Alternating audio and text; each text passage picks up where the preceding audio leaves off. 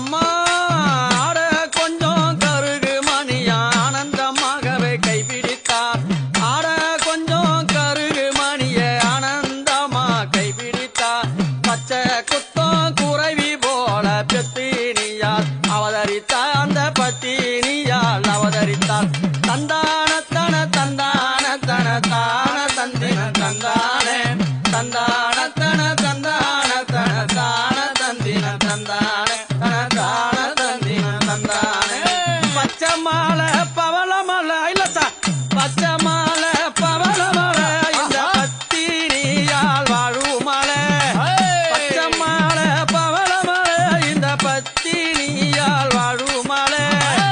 ஊசி மாலை குடகு மலை இந்த உத்தமியால் வாழும் மலை